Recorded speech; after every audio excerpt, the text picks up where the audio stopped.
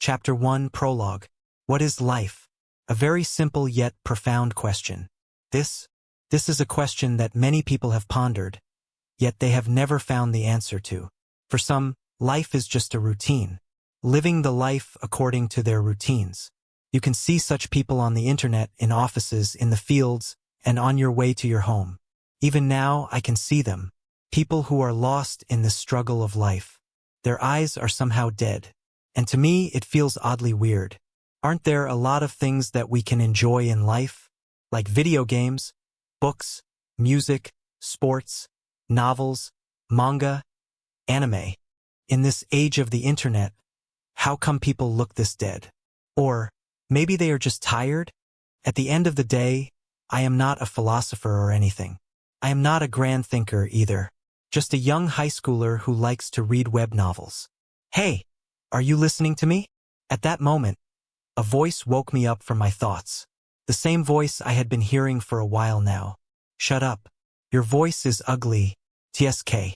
It must be genetically, then, a bitchy voice. She was not like that in her youth, but somehow, she became that way at the age of 14. Her once innocent demeanor had morphed into something more sarcastic and biting over the past couple of years. I rolled my eyes, not bothering to hide my exasperation. Seriously? Can't you find something better to do than annoy me? Better than annoying, my dear brother? I doubt it, she said with a smirk, leaning against me on the bus. Right now, it is already hard to hold my balance, and with her leaning on me, it was even harder to do so. Should I just let her go down? I pondered for a second, but then discarded the idea. After all, imagining what would happen if I were to do so made me immediately drop the idea. It is not like I am some sort of idiot who acts without thinking. Why are you even here? Don't you have friends or something? I asked, trying to get back to my phone. I had already stacked a lot of chapters for the novel I was reading, and it was a good moment to pass the time. Though reading while standing still can be annoying, at one point you get used to it. Oh, don't worry about my social life. It's thriving, unlike someone else's, she retorted, emphasizing that someone with a mocking tone. Yeah, keep telling yourself that, I muttered, trying to focus on my novel. She looked at me from the side. I could feel her gaze, looking at my phone screen. After spending this much time on public transportation, at some point, you would become someone who was sensitive to such gazes. People somehow love peeping on other people's private lives, especially elderly people. And somehow it is creepy. Tisk, men and their harem fantasies. She clicked her tongue with a blatant criticism.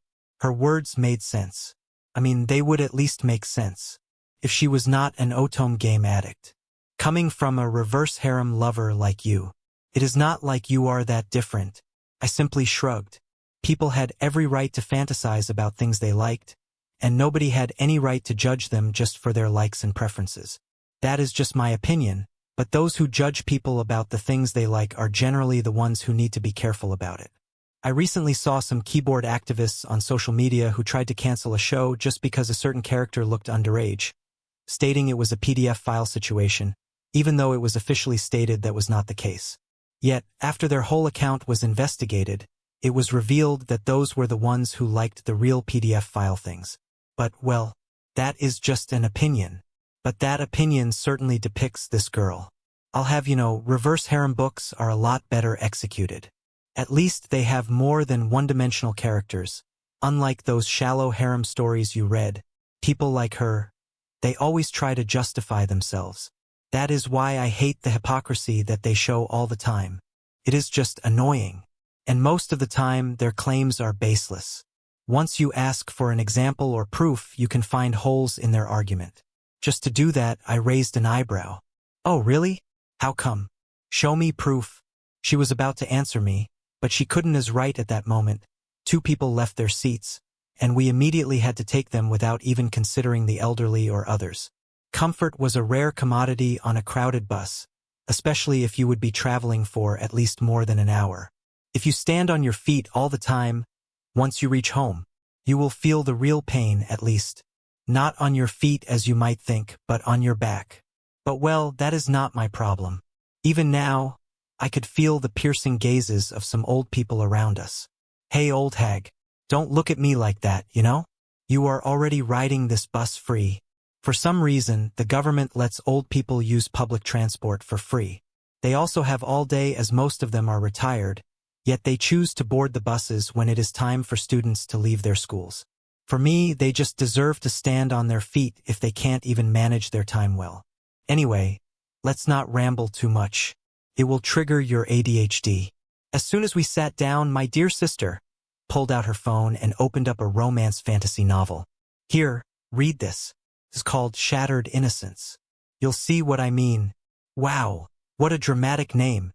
I couldn't help but roll my eyes immediately. Somehow, when books had such names, they tended to become disappointing. That was from my own experience. Shattered Innocence began with a young noblewoman named Elara, who was an innocent young girl. A classic female lead. Huh? It was just your typical female lead. A naive, childish, but somehow good-natured noblewoman. Of course, she has a beautiful face adorned with elegance. A cruel fate awaits you. From the title of the book, it was not that hard to understand what was going to happen either way. But the prologue was well executed. The writer was pretty skilled in terms of constructing the main character. In just one chapter, we would have a grasp of her character and the family dynamics between her and her family. Of course, this also included her fiancé, the prince of the country. As I continued reading, I could feel my sister's eyes on me, waiting for my reaction. Elara's world was turned upside down on the eve of her 15th birthday and blessing ceremony. Betrayed by her beloved sister and her unfaithful fiancé, Elara was stripped of her dignity and cast out. The scene was intense, filled with vivid emotions and heart-wrenching betrayal. "See, I told you it's good," my sister chimed in, her voice triumphant. Yeah, I mumbled, focused on the story. The reason for that was not because the book was good or anything, don't get me wrong.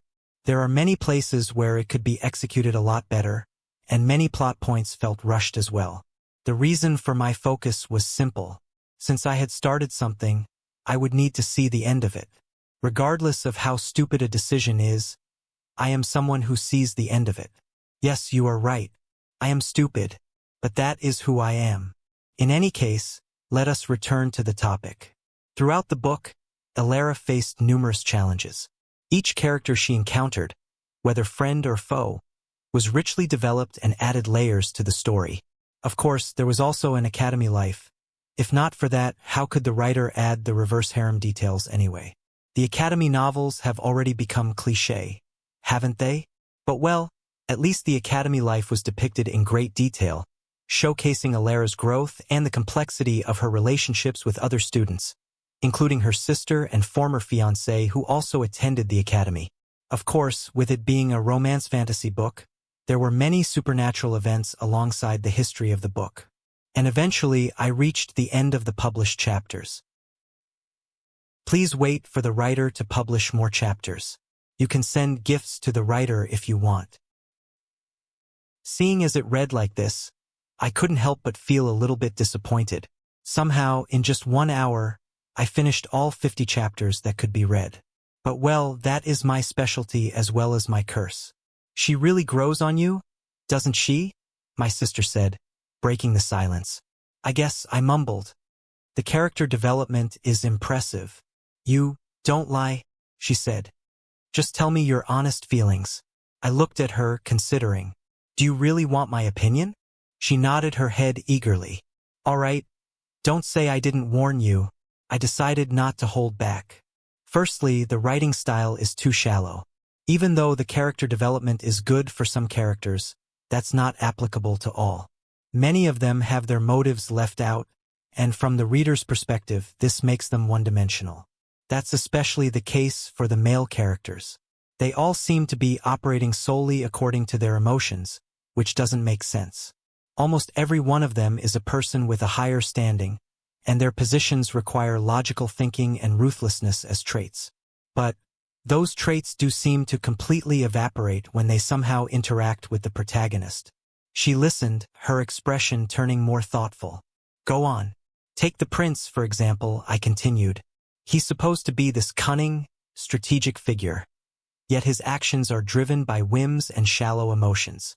It's inconsistent. And the way the academy life is portrayed, while detailed, falls into too many cliches. The supernatural events are interesting, but they feel tacked on rather than integral to the plot. She sighed. I guess I see your point, but don't you think you're being a bit harsh? It's a romance fantasy, after all. It's supposed to be a bit exaggerated. I get that, I replied. But exaggeration doesn't excuse poor character motivations, especially at the first turning point of the novel. The time when the protagonist, Elara, gets caught by the prince. That part, it was supposed to be the most important part of the novel, yet I don't get it. Who in the world cheats on their fiancé on their second most important birthday when everyone was attending the banquet? That part.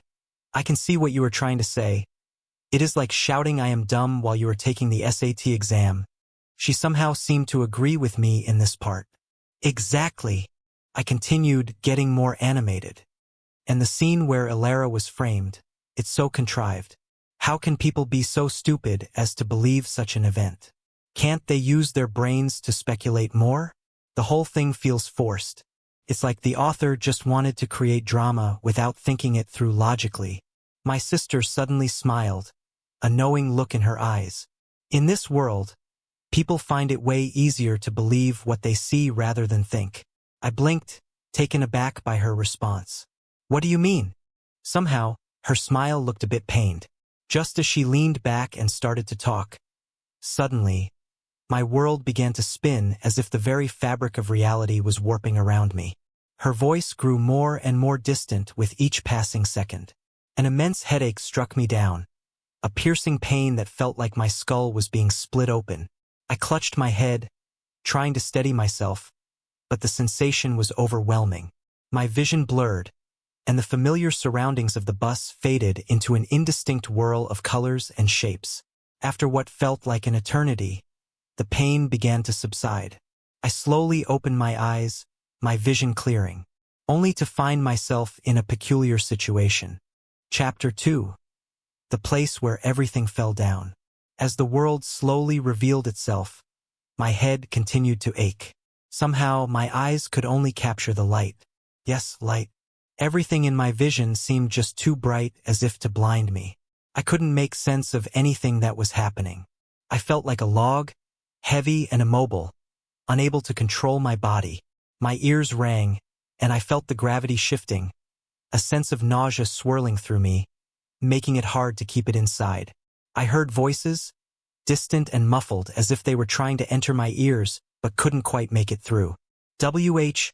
Miss L. W. T. him? C.A. do? The words were fragments, disjointed and incomprehensible. I tried to focus, to understand, but my mind was clouded, refusing to cooperate. Then, at that exact moment, at the tip of my fingers, I felt a slightly soft touch. It moved, a gentle, reassuring presence in the chaos of my senses. What is this? Following that touch, slowly, my vision began to return, though I still couldn't make sense of anything. Shapes and colors began to form, and gradually, the world around me took on a semblance of reality. With my vision returning, I was finally able to see the person beneath me. Yellow hair was scattered all across the ground, and the eyes were deep blue like the ocean.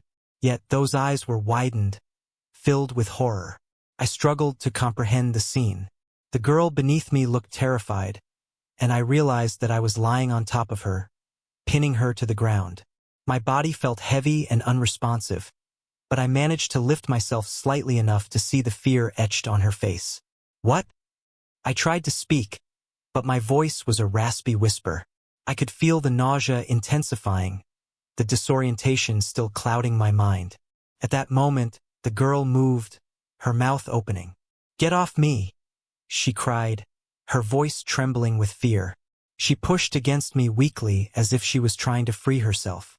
But it was not like I was doing anything to her either. Her eyes were filled with tears, yet I didn't know what was happening.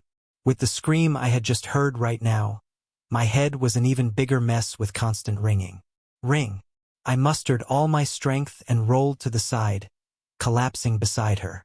My vision swam, but I could see her more clearly now. She had yellow hair and deep blue eyes, features that seemed oddly familiar yet out of place. Yet her bare skin was laid right before me. Bare? As if my pondering had triggered them. At that moment my senses picked up a feeling. The feeling of cold. Shiver. Yes, I shivered as if I was out cold. It is cold. My body was freezing, as if the cold wind breeze had gone past it. Such a thing did not make any sense. After all, there was no reason for me to be in the cold. At that moment, I realized something was wrong. This sense of cold, as well as this sense of freezing. And the feeling of capturing everything in the air with my bare skin. That implied one thing. The fact that there were no clothes on my body at that moment. Following that, I picked up another feeling. A feeling of something lying over something soft instead of something rigid. It was pretty comfortable, even better than the beds I had ever been on. Beds? This thought was followed by another realization. I was not lying on the ground. I was on a bed. What is happening here? At that moment, a loud voice woke me up from my thoughts. From the loudness of the voice, my body flinched without being able to make any sense of it. The girl beside me also flinched, her body trembling. I turned my head toward the source of the voice and saw two people standing in the doorway, a young man and a woman. The man had a regal bearing, his expression a mixture of rage and shock. The woman beside him had a cold, calculating look in her eyes, a smirk playing on her lips. Yet that expression instantly turned to something of confusion and pain, with her eyes widening. But that face, it was so familiar. A familiar face that I felt like I had seen a lot of times before. Who? I managed to croak out, my confusion growing by the second. The man's eyes blazed with fury as he pointed at me. How dare you?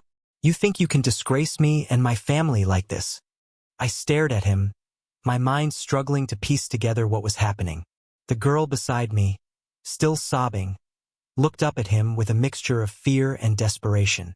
I don't understand, I stammered, my voice barely audible. You dare feign ignorance? The man snarled. You have the audacity to lay your hands on my fiancée, Alara? While being the fiancée of his own sister, Alara? The name hit me like a bolt of lightning. I seemed to be able to recall the name as if it was close to me, as if I heard this name before, as if I was aware of it. Yet, at this exact moment, I wasn't able to understand any of those at all. My hand was spinning too much, and I couldn't make any sense of any of those. The man's focus shifted to the girl beside me. How could you do this to me, Alara? Why have you done this to me? Why? His voice broke, tears welling up in his eyes. Alara, still trembling, looked up at him. I didn't do anything. I don't know what's happening or how I ended up here. This isn't what it looks like. You have to believe me. The man's face hardened. How can I believe you when everything is open like this? How can I trust you now? The woman beside him stepped forward, her expression one of feigned sadness. Sister, how could you do this to me with my own fiancé? The girl named Alara's eyes widened with horror. Isolde, I didn't do anything. She pleaded desperately, her voice cracking. Please, you have to believe me. And that standing girl who was somehow familiar to me, Isolde, shook her head slowly, her lips curving into a mocking smile. I wish I could, Alara. But the evidence is right here. How could you betray me like this? Alara's pleas grew more frantic. This is a setup. I don't know how I got here. Please, you have to believe me. But the man shook his head, stepping back. I can't believe you anymore. His voice was filled with a mixture of heartbreak and fury. I lay there, my mind reeling, unable to grasp the full extent of the situation.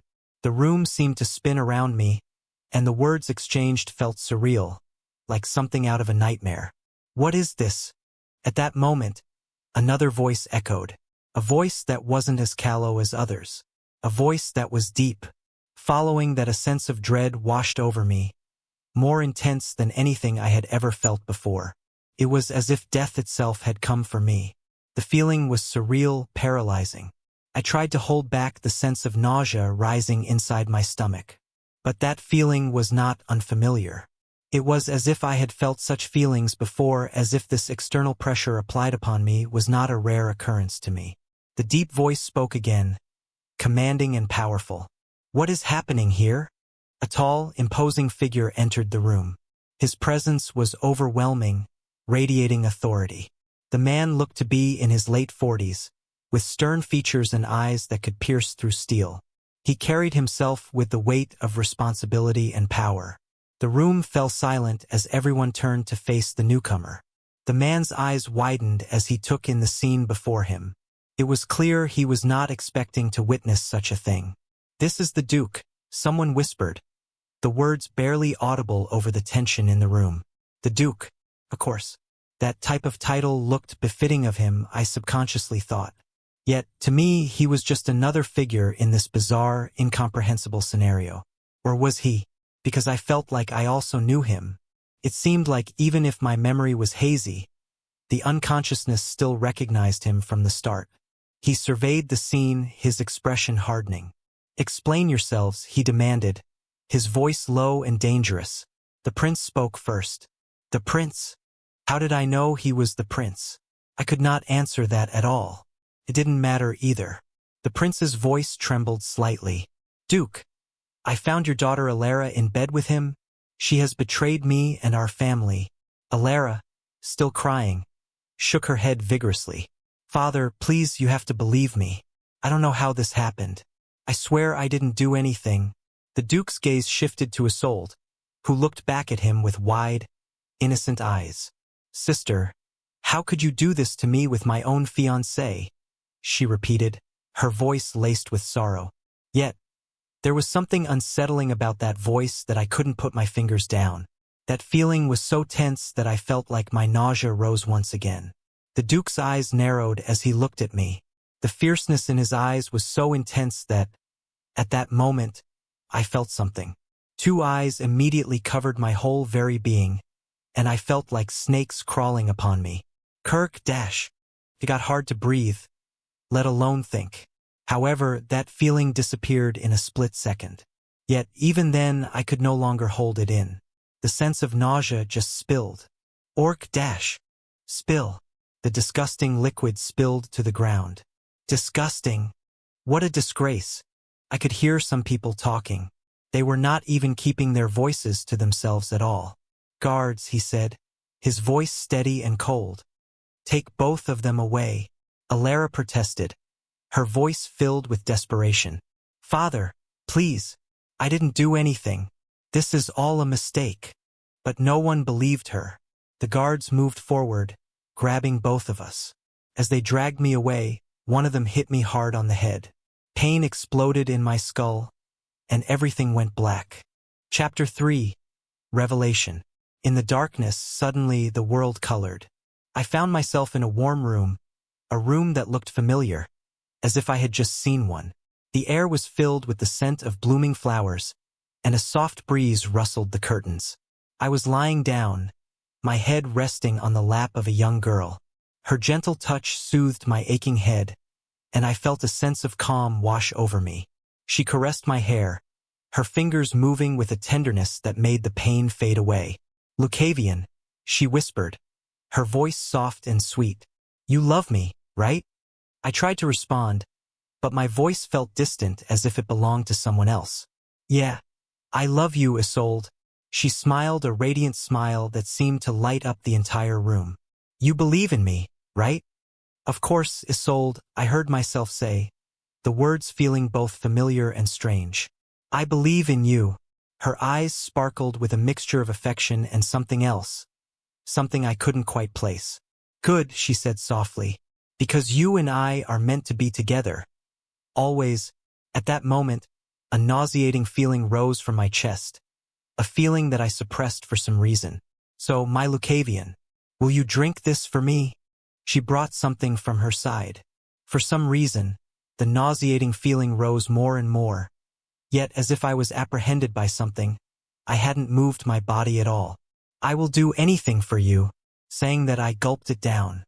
At that instant, the feeling of the same nausea rose from my chest, and the world went dark. The scene shifted, the warmth of the sunlit room replaced by a cold, oppressive darkness. The girl's face began to blur, her features becoming indistinct. Isolde, I called out, my voice echoing in the void.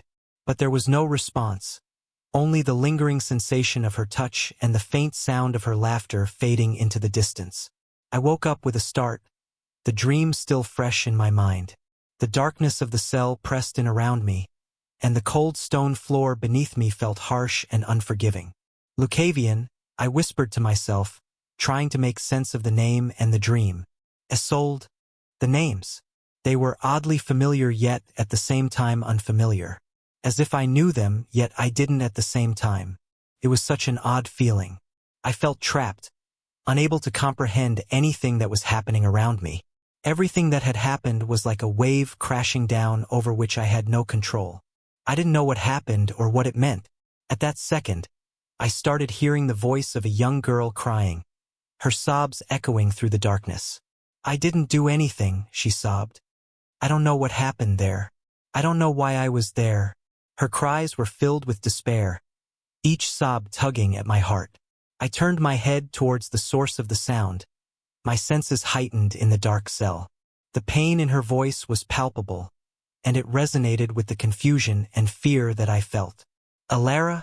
I called out the name. Subconsciously, it was already registered in my head, most likely. The sobbing paused for a moment, then resumed, even more heart-wrenching than before. Why won't anyone believe me? I didn't do anything. I swear. Creak. At that moment, the door opening sound was heard. Following that, light entered the dark place we were in. Tap, tap, tap. Somehow I could hear the steps echoing. From the position I was in, I wasn't in a state where I could see the newcomer. From the sounds, it felt like a woman's. Isolde, sister. Alara's voice was filled with a mix of relief and fear. The steps stopped, and the light from the doorway illuminated a figure. Isolde stood there, her expression cold and calculating, a stark contrast to the sorrowful one she had worn earlier.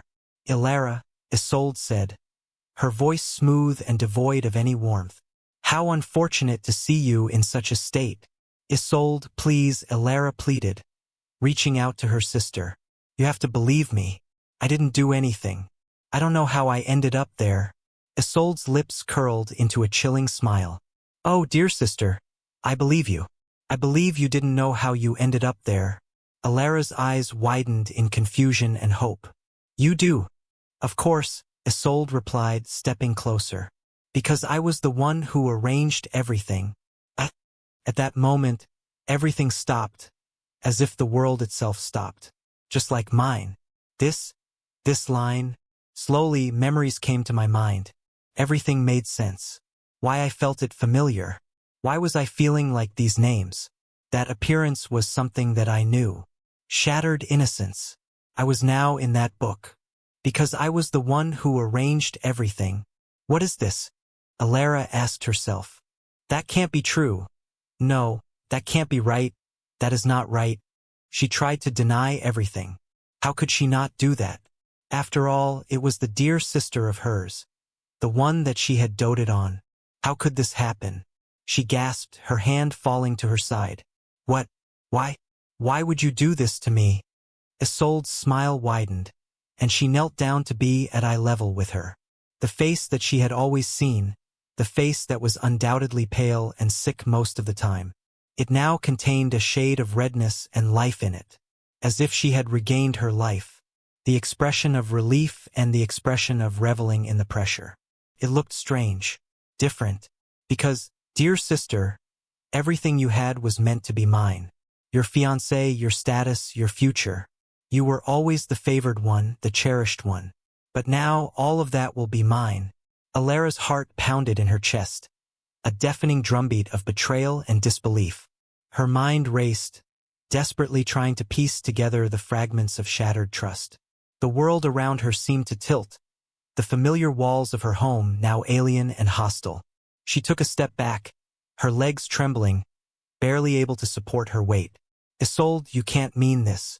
We've always been there for each other. I would have given you anything. Isolde's eyes glinted with a mixture of triumph and something darker. something that made Ilara's blood run cold. But you never did, Ilara. You never saw beyond your own perfect little world. While you basked in everyone's adoration, I was the shadow, the afterthought. No more. This is my time now. Ilara's breath hitched, her vision blurring with unshed tears. She had always known Isolde was envious, but she had never imagined it ran this deep, this dark. I loved you, Isolde. I would have shared everything with you. Why this? Isolde stood up, her posture straight and commanding, a stark contrast to the frail girl Ilara had always known. Because sharing was never enough. I needed to take what was rightfully mine, and now I have. Ilara's mind swirled with memories, moments where she had overlooked Isolde's subtle hints of resentment and dismissed them as mere sibling rivalry. One by one, those things that she had overlooked started coming out of the light. The times when she felt like a gaze was boring through her when she was leaving Isolde's room. The times when she felt like Isolde's smile was somehow fake. The way she looked at her fiancé. How blind she had been. You betrayed me, she whispered, the weight of those words settling heavily on her chest. Isolde's expression softened slightly, but there was no regret, only a cold satisfaction. I did, and it was so easy. Ilara stared at her sister, struggling to comprehend the depth of her betrayal. Isolde's face, now filled with a twisted form of joy, was unrecognizable. How? Ilara managed to ask, her voice barely above a whisper. Isolde sighed, almost as if she were reminiscing a fond memory. From the very beginning, dear sister, Adrian loved me. Not you. We were in love long before you even entered the picture.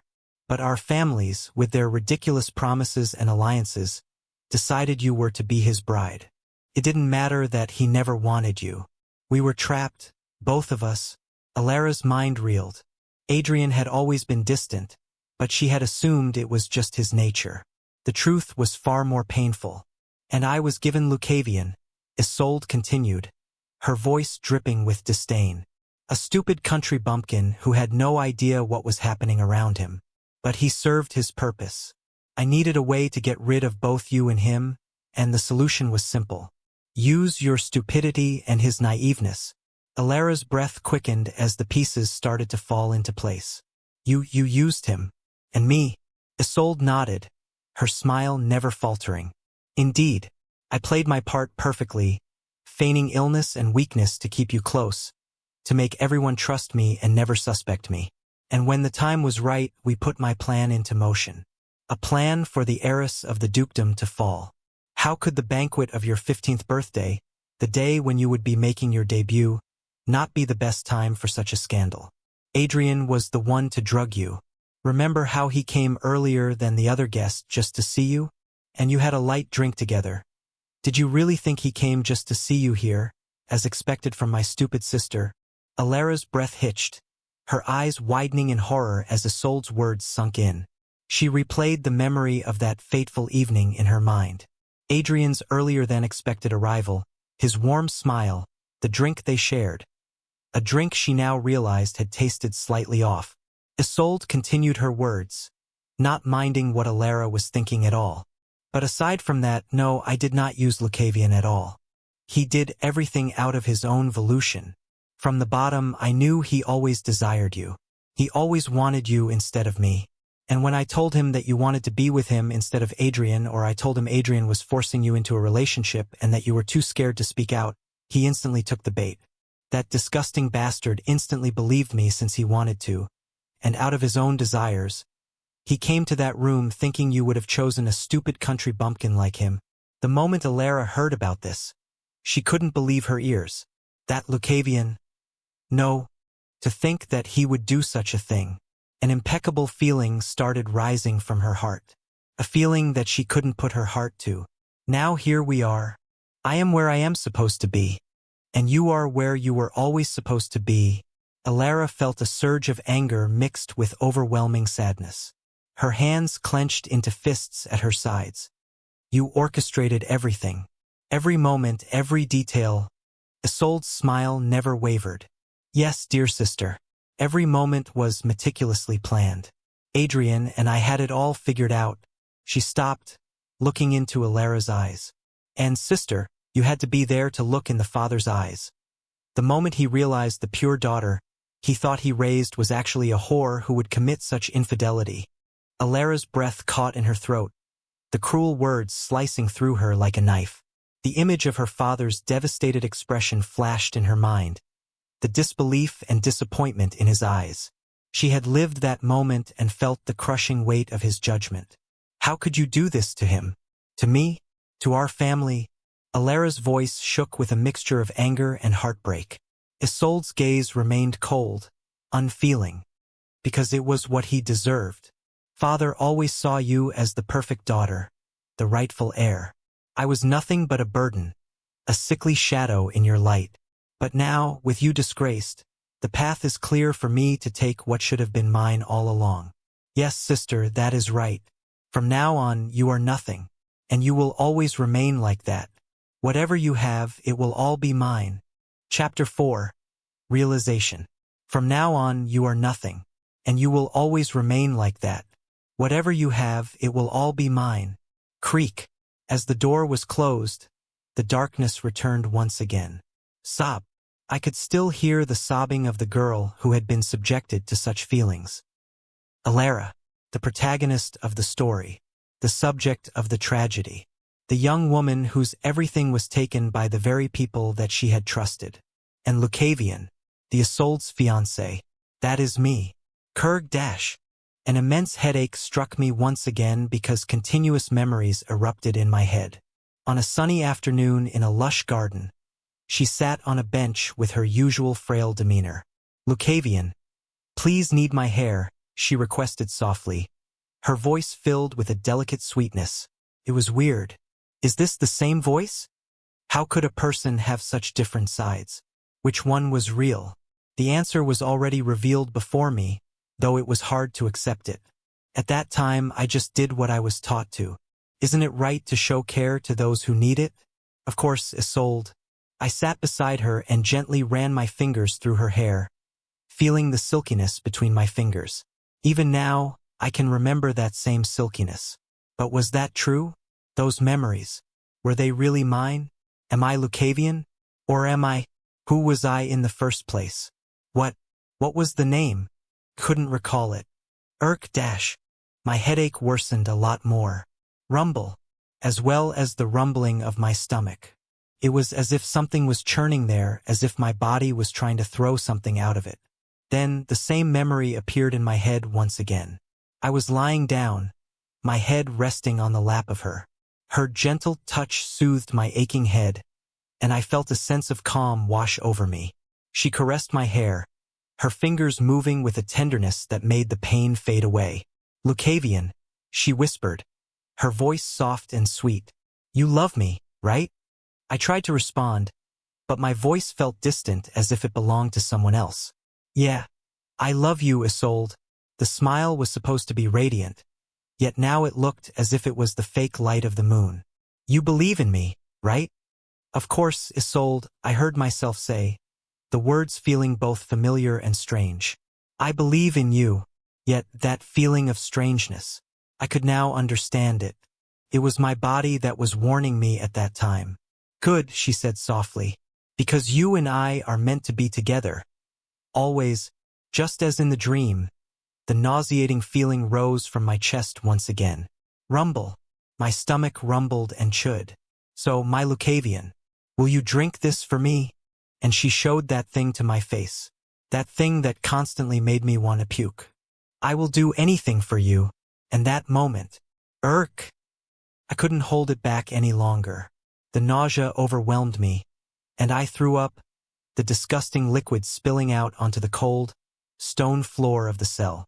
It felt like my insides were being wrung out, every drop of bile and acid forcing its way up and out of my body. I heaved again and again until there was nothing left but dry retching and the acrid taste of vomit in my mouth. My body shook with the effort, and I collapsed back against the wall, gasping for breath. The memories, the pain, the betrayal, they all swirled together in a nauseating vortex that left me dizzy and weak. As I lay there, trying to steady my breath, I noticed something moving in the pool of vomit. My eyes widened in horror as I saw a centipede writhing and squirming its way out of the mess. It was long, segmented, and grotesque, its many legs scuttling over the stone floor. What? I muttered, my voice shaking. The sight was revolting, and a chill ran down my spine. I reached out, trying to grab it, to smash it, to do anything to stop it from moving. But my fingers were too slow, too weak, and the centipede slipped through my grasp, disappearing into the shadows of the cell. Before I could react further, the door creaked open, and the blinding light pierced through the darkness, making me squint and cover my eyes. "Get up," a gruff voice commanded, cutting through the haze of my disorientation. I tried to push myself up, my body protesting with every movement. The light was harsh, and as my eyes adjusted, I saw the silhouette of a guard standing in the doorway. "What?" I managed to ask, my voice hoarse. "You're being moved," the guard replied curtly, stepping aside to make way for another figure.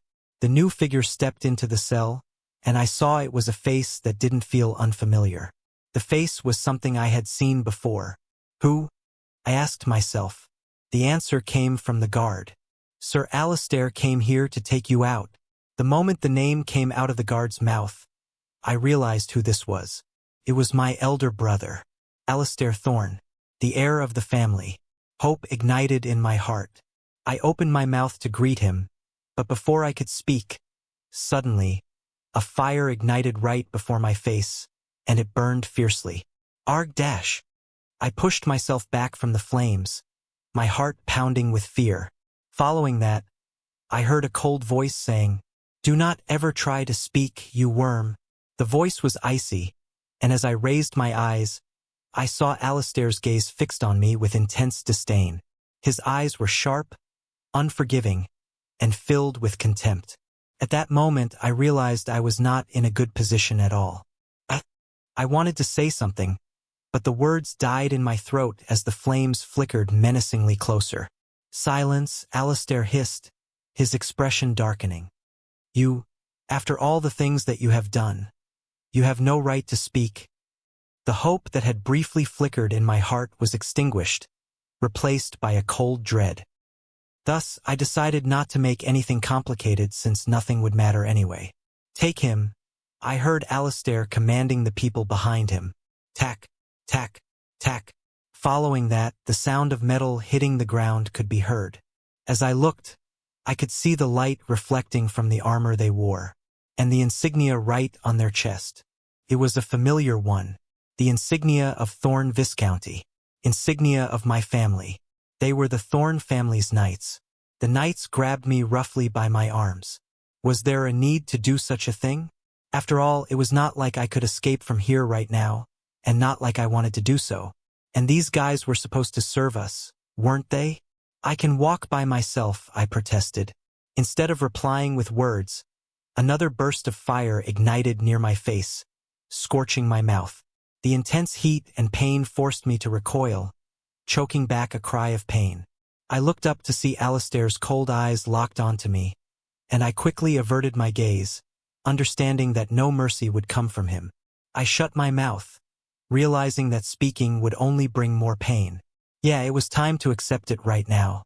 From now on, I would not be treated as a normal human being but as a criminal that would need to be punished.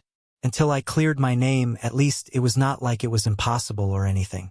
If I can drag people on my side, if I can talk to them to at least explain my situation, I think they will believe me. Though it will be hard, they are my family. Right, let's keep ourselves silent for a while. When the time comes, we can talk. This is not the place to do so. Move.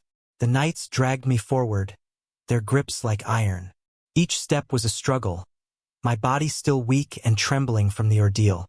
But, just before we left the place, I made eye contact with the girl in the other cell. Alara. Her clear blue eyes were now filled with redness, most likely because of the tears that she had shed. Yet, as we made eye contact, her eyes took on a different shape. A glint was there. A glint that I had just seen in another person's eyes. The glint of hatred. It was a raw, burning hatred that cut through the haze of my own confusion and pain. Alara's gaze was piercing, her eyes locking onto mine with an intensity that left no room for misunderstanding. She hated me, right? Not that it mattered now since I could do nothing to change it. Creak. The door closed once again as we left the confinement room or whatever it was. The corridor outside the cell was dimly lit, the walls closing in around me as if to emphasize the hopelessness of my situation. We emerged into a larger, grander corridor, the light here brighter and more oppressive. I could hear the murmurs of others and feel their eyes on me, judging, condemning. The weight of their disdain pressed down on me, and I struggled to keep my head up to maintain some semblance of dignity. The knights led me outside, where a carriage awaited. But instead of being placed inside, I was roughly handled and thrown into the luggage compartment. The floor was rough, and every bump and jolt of the carriage was magnified by the uncomfortable ride. I lay there, the rough wood digging into my back, every movement causing more discomfort. The reality of my situation was stark and unforgiving. I was a prisoner, a criminal in the eyes of my family and everyone around me. But, still, if I could clear my name. No, I needed to, since that was the only way. Since there was no mention of Lucavion in the novel, I was free to carve my fate right. Or was there a mention? Couldn't remember. And I was tired. It is fine if I sleep a little, right? Well, there was no one to answer that question anyway, so I just closed my eyes. Chapter 5: Returning Home. The journey to our destination was long and arduous. The trip would take several days, and each day was a test of endurance and resilience. The rough floor of the luggage compartment became my bed, and every jolt of the carriage was a reminder of my precarious situation. The nights allowed me to leave the carriage only twice a day, just to relieve myself. Each time, I was watched closely, and any attempt at escape was immediately quashed by their stern vigilance. The brief moments outside the carriage were a reprieve, but they were also humiliating as if I was a mere prisoner. Just endure it. It was a bit unfair, at least I felt like. But there was nothing that could be done at all. Meals were sparse and infrequent. I was given food only once a day, and what I received was stone-hard and barely edible. Stale bread, tough meat, and the occasional bruised fruit. My stomach growled incessantly, but I forced myself to eat, knowing I needed the strength. Water was rationed, and I was given only a small amount each day, just enough to keep me from dehydrating. The dryness in my throat was a constant companion, and each sip of water somehow felt like I was relieving myself in the holy water itself. The days blurred together in a haze of discomfort and fatigue. The nights were the worst, the cold seeping into my bones as I lay on the hard floor of the carriage. I wanted to coat my body with manna, but since the amount of food I was eating was low, it was hard for my body to recover. And I had never been good at using manna efficiently to begin with. Compared to my elder brother and elder sister, I was a lot worse. In the darkness, left to my thoughts, even sleep eluded me. Each time I closed my eyes, my stomach would churn with the memory of that centipede and the time Isolde had fed it to me. The grotesque image haunted my mind, making it impossible to find any semblance of peace. I lay there, counting the ticks of the carriage wheels, each quaking of the rough road jarring me further. The isolation and the darkness pressed in on me, amplifying my fears and doubts. My mind wandered to Alara, to the hatred in her eyes and the betrayal that had shattered her life as well as mine. The plot of the novel, Shattered Innocence. I didn't know how I was here. Was it because I just said something about the novel itself? I remembered talking about the novel on the bus with someone. Who? I asked myself. There was someone there, yet it was blurry. I couldn't recall anything at all. How did it come to this? Another question, and the answer was unknown. Why hadn't I seen it? The facade that she was showing to, thinking about Isolde. I couldn't help but feel a sense of knowing in my heart. All the time that was spent, all the memories, were they nothing but fake? Was that all it amounted to? A stupid country bumpkin who had no idea what was happening around him. I remembered the words that were spoken by the very fiancé that I had. A country bumpkin who had no idea, huh? That seems to be true. Considering that I was never aware of such a thing happening, it seems her words were true. It was not like I was an exceptional person either, not that I ever pretended I was one. Lucavion, you are going to meet your fiancé. The memory flashed vividly in my mind. My father's stern face loomed over me, his eyes filled with a mixture of hope and sternness. Lucavion, you are going to meet your fiancé, he repeated, his voice carrying the weight of duty and expectation. I stood before him, feeling the pressure of his gaze. Yes, father, he sighed, placing a hand on my shoulder. Listen to me, son. You must be careful and never annoy the lady. The Valoria family is a dukedom that our family, the Thorne family, has been a vassal to for generations. It was because of a promise between me and the Duke when we were on the front lines that the engagement between our two families was made. This is an opportunity for us to strengthen our position in the noble society. Do you understand? Yes, father, I replied, feeling the weight of responsibility settle on my shoulders. I will do my best. At the start, I couldn't understand why I was the one who would be the fiancé of such a lady. After all, wouldn't my brother, who was not engaged with anyone at that time, be better? But then, after meeting Isolde, I realized. She was sick, someone who could hardly move outside and spent most of her time in her room. Her standing in her family was weak, just like her body. Most of the time, it was her sister, Elara, who got all the attention and the responsibilities. And since her standing was low and she wouldn't be able to influence the noble world too much, sending me instead of my brother would be the right choice. There was also the requirement of having an heir for the family. Since Isolde was always viewed as weak and sick, expecting an heir from her would be hard. At the end of the day, even my engagement to her was a way for my family to show that I was not useful. After all, I was not good at controlling mana, nor was I good at the spear that our family specialized in. Talk. As these thoughts swirled in my mind, the carriage suddenly stopped.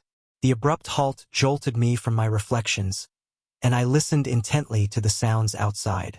Tap, tap. Footsteps approached, heavy and deliberate. The doors of the carriage swung open, and daylight flooded in, momentarily blinding me. I squinted, trying to adjust to the sudden brightness. The knights stood there, their expressions stern and unreadable. Finally, my trip had ended. I climbed out of the carriage with some effort, my body stiff and aching from the rough journey. As my eyes adjusted to the light, I saw the familiar sight of the Thorne mansion, the place where I had spent all of my childhood. The grand structure loomed before me, a mixture of imposing and nostalgic. Move. The knights did not give me any time to reminisce. They grabbed me by the arms and started leading me toward the mansion. Normally, such an act that was made to a noble would be detrimental and would mostly end with execution since disrespecting a noble meant such punishment. I can move on my own. I wanted to protest, but I couldn't.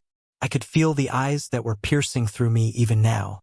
He was there, and I knew if I were to just open my mouth, I would be burned. If he was watching this and was now, then the fact that he was keeping it silent meant he was allowing the knights to act like this. Thus, I could only shut it and accept the treatment. The path was lined with well-kept gardens and ornate statues, all of which felt strangely alien despite their familiarity. As we approached the entrance, the heavy doors of the mansion opened, revealing a man and a woman standing there. The faces were familiar, and I immediately recognized the man from the memory I had just now. It was my father, Gerald Thorne. His tall and imposing figure was draped in fine, dark clothes, his face stern and weathered from years of duty and responsibility. His sharp eyes were as usual. His demeanor was stern as usual. Yet, in his eyes I could see something different. Anger. Yes, it was anger. His eyes contained immense anger that was parallel to elder brother as well. His jaw was set tight, and his silver hair was combed back, giving him an air of severe authority. Beside him stood another person, a woman whose presence brought a rush of childhood memories flooding back. Mother, Eleanor Thorne. She was a picture of grace and poise, her elegant dress flowing around her as she stood with a regal bearing. Her hair, a rich chestnut brown, was neatly styled, and her green eyes. In my memories, she had always been gentle, a comforting figure in my life, always quick with a kind word or a soft touch. But at this moment, her expression told a different story. Her face was hard, her lips pressed into a thin line, and her eyes contained a look. I wanted to speak, but before I could even say anything, he just turned back, and then said, "Take him to the basement, and keep him there until the trial commences." His words were cold, and with each one of those, I felt the words I planned to speak stuck in my throat. "Understood, my lord." Following that, someone familiar appeared before me. "Excuse my rudeness, young Lord Lucavion." It was a man with a wrinkled face. "The butler of our family." "Sebastian," I muttered, recognizing the loyal servant who had always been a part of our household. "Please follow me, young lord." He gestured for the knights to leave me alone and then took over, guiding me through the corridors of the mansion. As we walked, the grandeur of the place seemed to mock my current state. The tapestries, the chandeliers, the finely crafted furniture. All reminders of the life I had once known, now seemingly out of reach. We descended a narrow staircase that led to the basement. The air grew colder and damper with each step, and the light dimmed. The basement was a stark contrast to the opulence above. It was a place meant for storage, for things hidden away and forgotten. Sebastian led me to a small, dank cell. He opened the door and gestured for me to enter. "I am sorry, young lord," he said softly, his eyes betraying a hint of sorrow. "This is for your own protection until the trial." I nodded, as I knew he couldn't do anything better than this, since I could see a slight mat on the ground. Chapter 6. Returning home too. Sebastian ascended the stairs from the basement, leaving Lucavion behind in the small, dank cell. The narrow staircase seemed to stretch endlessly upward, each step echoing in the cold, damp silence. The weight of his responsibility pressed heavily on his shoulders, and his heart ached for the young master he had guided through his formative years. After all, he had watched Lucavion grow up from the moment he was born. He had taken care of countless different needs of him.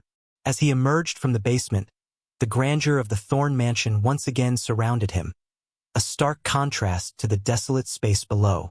He made his way through the ornate corridors, passing tapestries and finely crafted furniture, each piece a reminder of the family's once great status.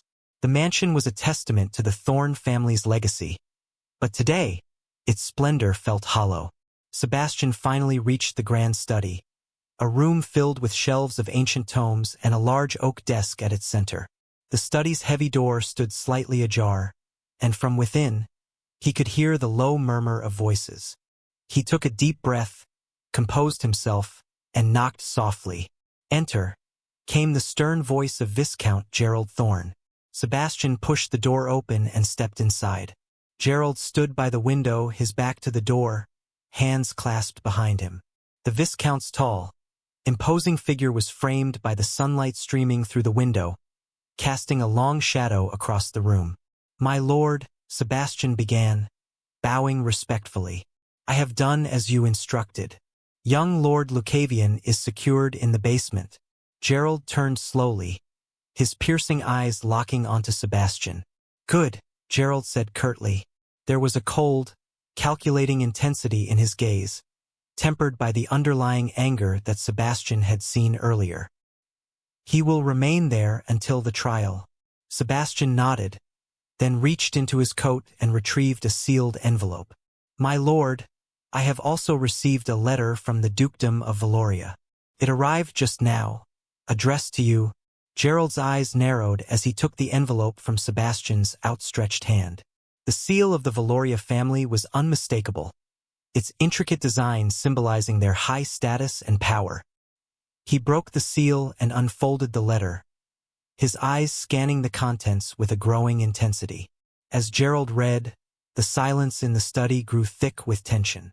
Sebastian stood quietly, waiting for the Viscount's reaction. He could see Gerald's jaw tighten, his brows furrowed deeply as he absorbed the letter's message. After what felt like an eternity, Gerald lowered the letter and looked at Sebastian, his expression a mixture of anger and determination. The Duke of Valoria has nullified the engagement between Isolde and him. Hearing this, Sebastian nodded his head. This was an expected result, something normal. But something made him feel weird inside his heart. Since there was no way his lord would show such a reaction if this were to be the sole content of the letter. "Is there anything else, my lord?" Sebastian ventured, his voice cautious. Gerald's eyes narrowed slightly as he regarded Sebastian. He hesitated for a moment before responding, his tone grim. "Yes, there is. The Duke desires a punishment befitting such a crime." Sebastian felt a chill run down his spine. "A punishment, my lord?"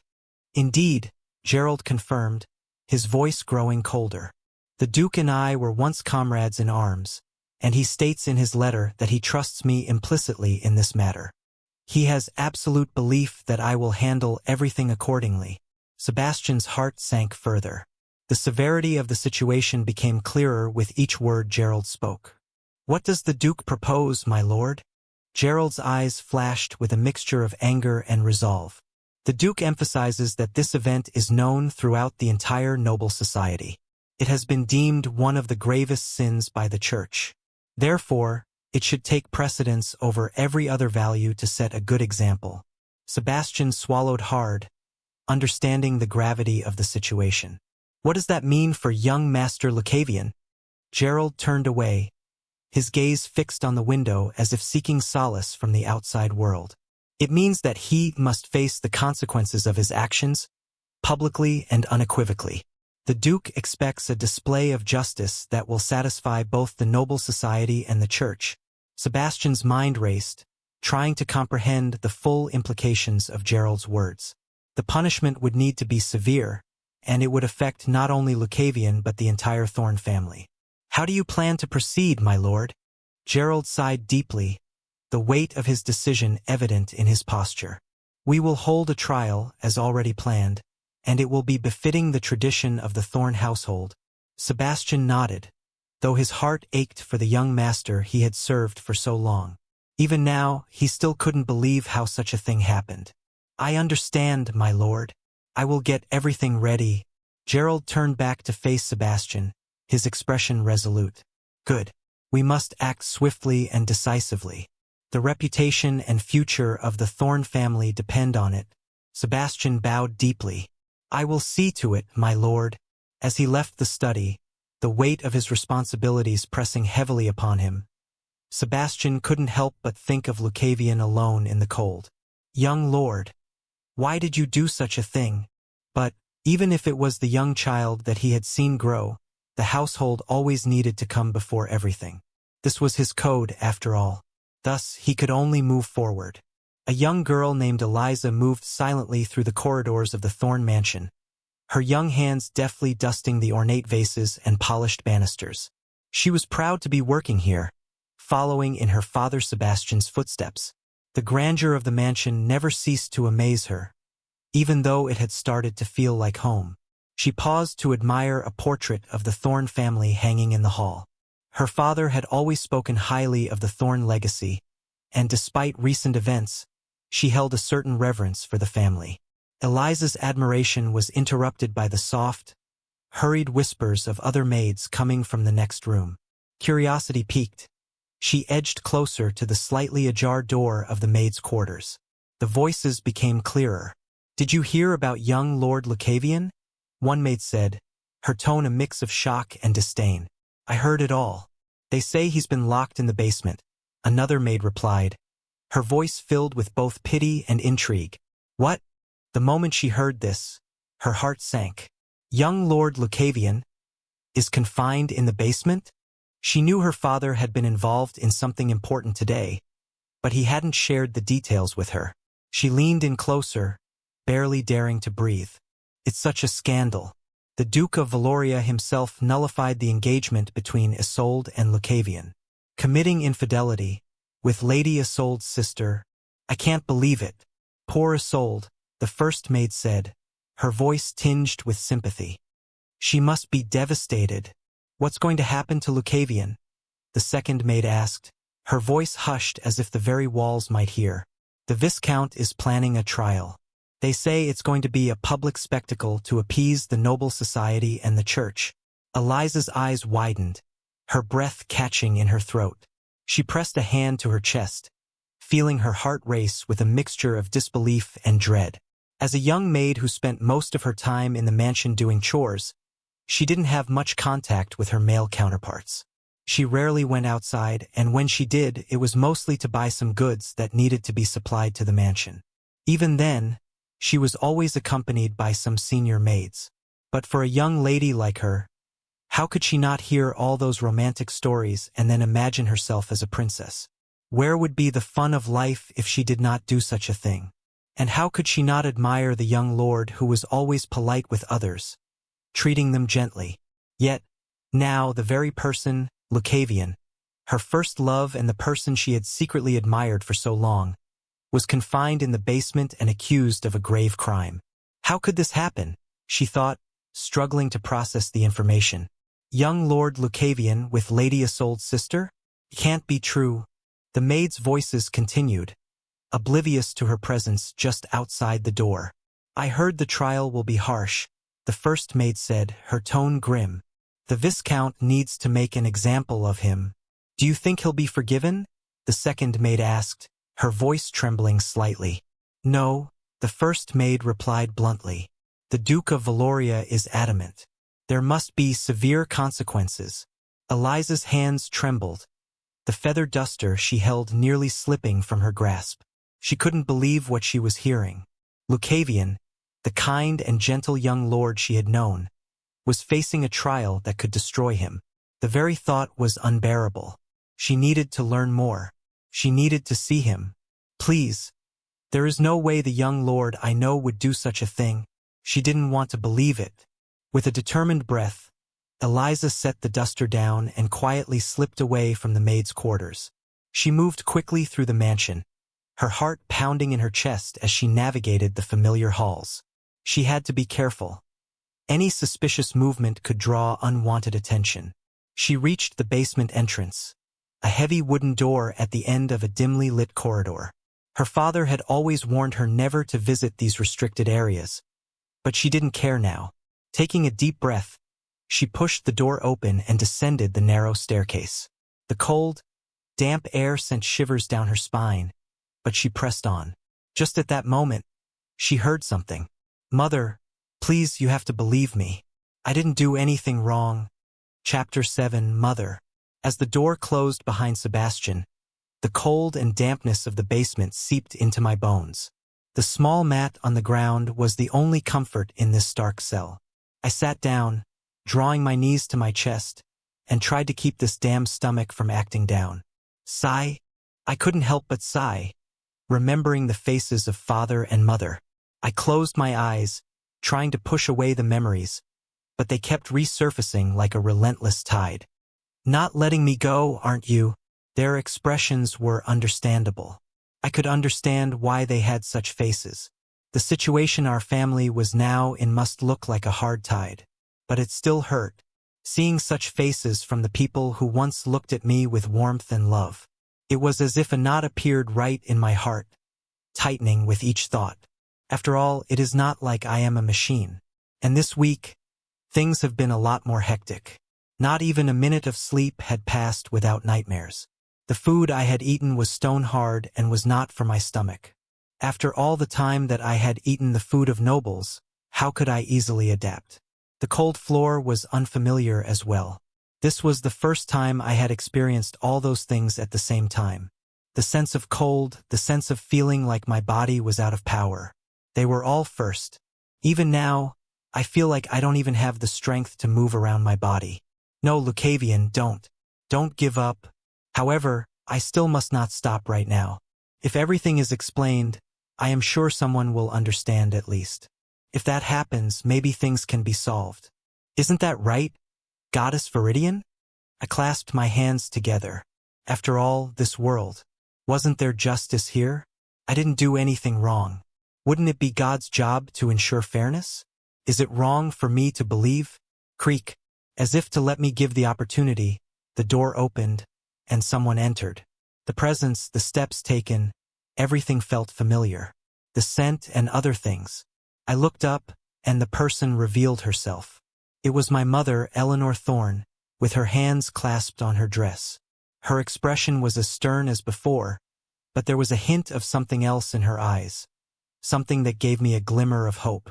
"Mother," I whispered, my voice barely audible.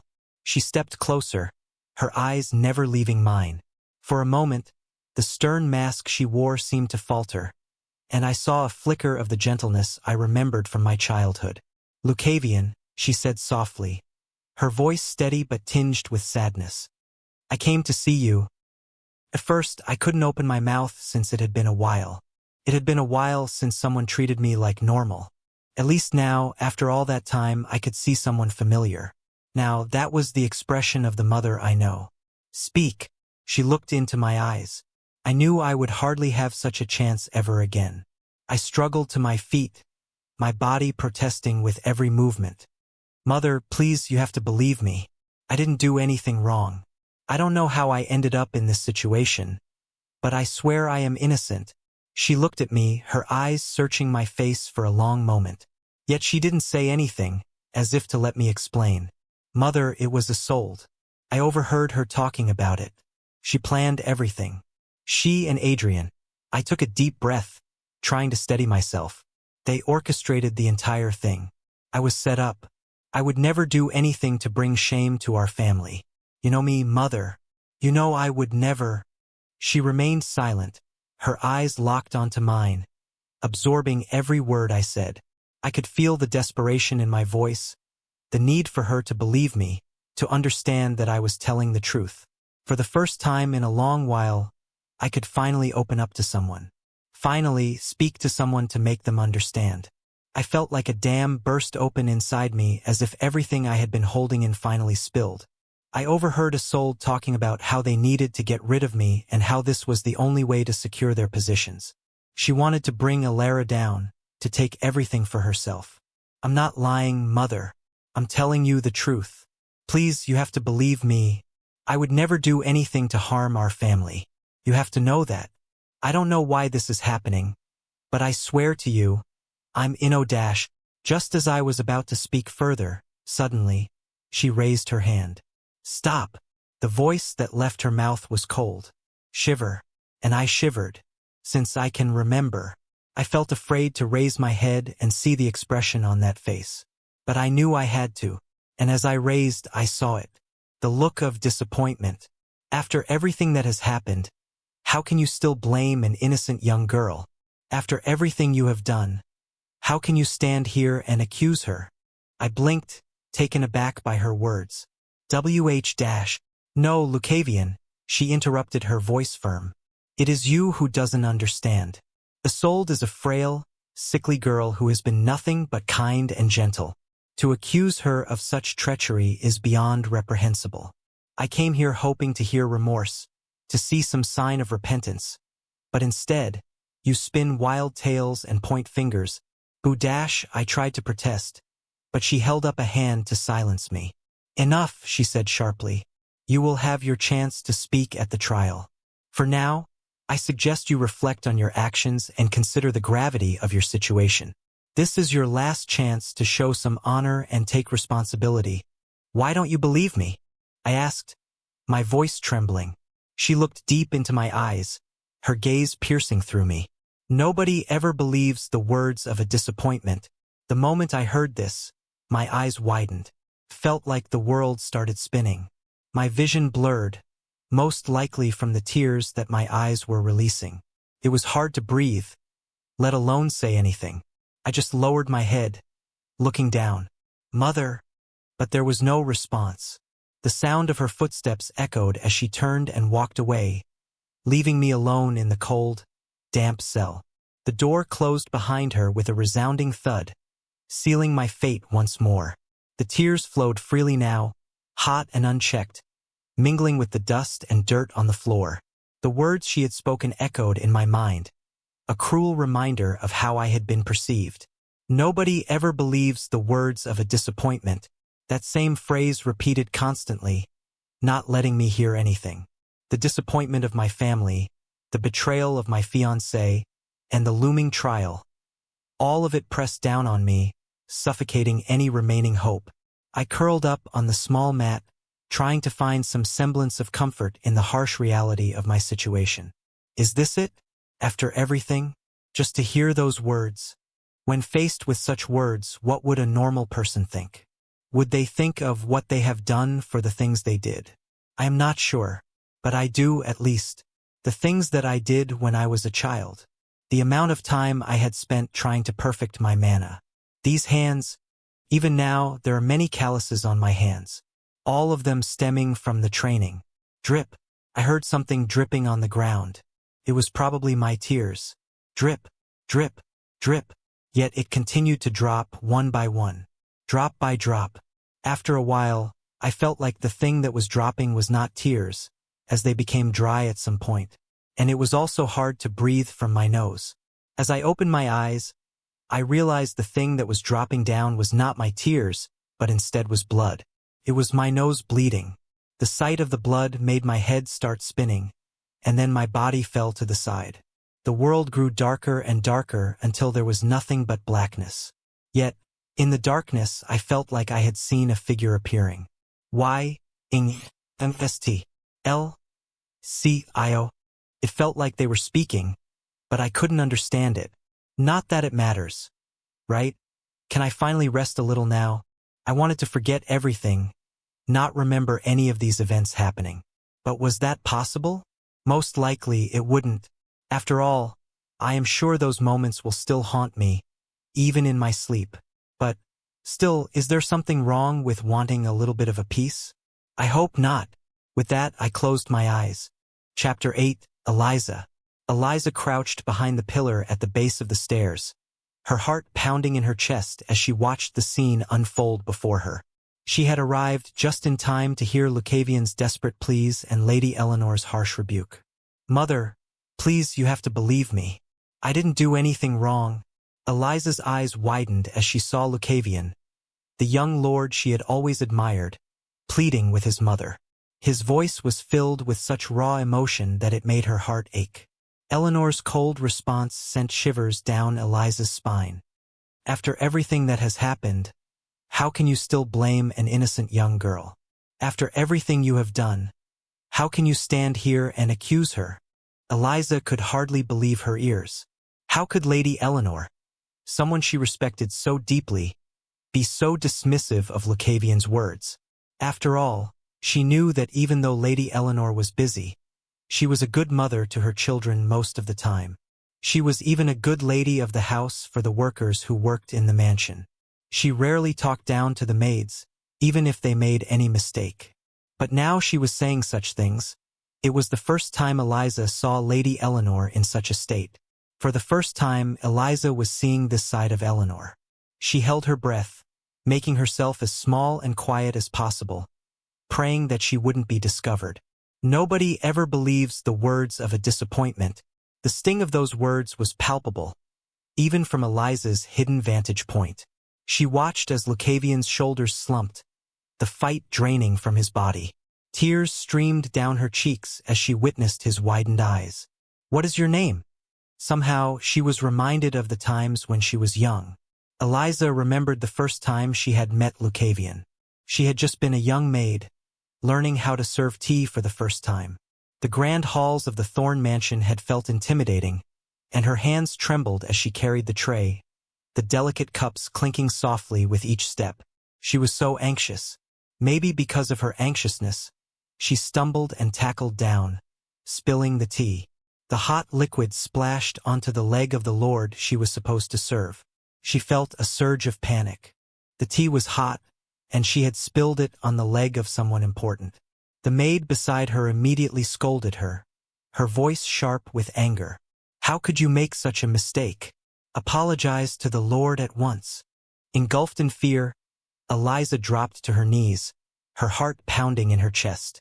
She expected harsh words or, worse, punishment for her clumsiness. She had heard of many stories where such maids were punished just because of such mistakes. Some of them were even executed for offending a noble. Fear engulfed her heart because of those rumors as she imagined her punishment. She kept her head bowed, tears welling up in her eyes. But then she heard a gentle voice, a voice that was calm and reassuring. "It's fine. You can raise your head." She slowly lifted her gaze, her vision blurry with tears. The first thing she saw was clear brown eyes looking into hers. They shook a little, looking a bit blurry. As her vision cleared, she saw the full face of the young lord. He was young and delicate, with soft black hair that wasn't long but framed his face perfectly. Lucavion.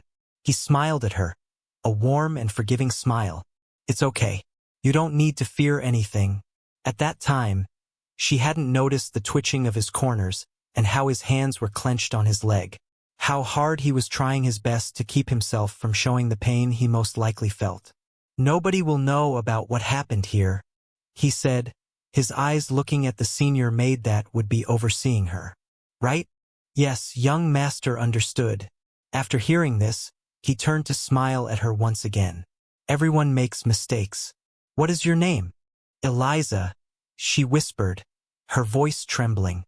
"My name is Eliza." "Well, Eliza, it's nice to meet you," he said, still smiling. "Don't worry about the tea. It's just an accident." The maid beside her was taken aback, clearly not expecting such kindness. "My lord, I am so sorry. I will ensure this never happens again." Lucavion waved her off. "There's no need for that. She's just learning. We all make mistakes when we're learning." After that moment, when she talked about this moment with her father, she understood what he had done. "Come here, Eliza." Her father called her into the kitchen, his face serious. He took a kettle of boiling water and held it over her hand. "This is what it feels like," he said, letting a single drop of boiling water fall onto her skin. The pain was immediate and intense, making her gasp and pull her hand back. The small burn hurt so much that tears sprang to her eyes. Her father nodded, his expression somber. "That's what the young master endured when you spilled the tea on him. But he didn't show it. He protected you instead. Remember that, Eliza. Remember his kindness. And make sure that, when the time comes, you can repay the grace you received." She nodded, the lesson seared into her memory as much as the burn on her hand. She would never forget the kindness Lucavion had shown her, nor the pain he had hidden to spare her. That was how it began, and she started watching him, looking over ways to repay the kindness that she had received. And as she watched more, it slowly turned into something else. She came to like him, but how could she help it, seeing him play with the cats on his own? And now, how could she believe that he had done such a thing? The young master Lucavion was something that she knew she had witnessed all the time. Such a person wouldn't even hurt insects, let alone a young girl. Assaulting a young girl, especially the sister of his fiancée? Such a thing could never happen. As she knew, all the time that he had been surrounded by many beautiful people, there had never been a time when his eyes were filled with carnal desires. Thus she stood still. Lady Eleanor turned and walked away, her footsteps echoing in the cold, silent basement. Eliza stayed perfectly still, waiting until she was sure Eleanor was gone. She wiped her tears with the back of her hand and took a deep, shaky breath. As she waited a little longer, she suddenly heard the sound of a body hitting the ground. Her heart skipped a beat, and she rushed to the source, her mind racing with worry. She saw him collapse, blood flowing from his nose. "Young Master Lucavion," she shouted, but he did not answer. She hurried to his side, her hands shaking as she reached for him. "Lucavion, please wake up," she pleaded, gently shaking him. His skin was pale, and his breathing was shallow. The sight of the blood and his unresponsive form sent a wave of panic through her. "Him." She was about to shout out loud for help, but then she remembered where she was and what she was doing. She remembered she needed to keep it quiet. Even now, she had already risked the fact that someone could possibly have heard her voice. "Ah!" She looked down, realizing that he was breathing. Though from time to time he flinched and shivered, he was alive. Relief washed over her. Gently, she sat down and placed his head on her lap, caressing his head to soothe him. His skin was cold, and his breathing was still shallow, but he was here. He was with her. As she sat there, she couldn't help but think about what would happen to him from now on. What kind of fate would await him? Would he be banished, exiled? Would he be sent to prison? Would he be executed? The uncertainty of his future weighed heavily on her heart. While caressing his head, her eyes fell on her bracelet. It was a simple but beautiful piece given to her by her mother, who was no longer in this world. That bracelet had always made her feel calm, especially when she found herself in difficult situations. Looking at it, she made a decision. She would give it to him. It could at least make him feel a little calmer when he was feeling overwhelmed and alone. She knew she could not be with him anymore, but this small token of comfort might help him. With trembling hands, she removed the bracelet and gently slipped it onto his wrist.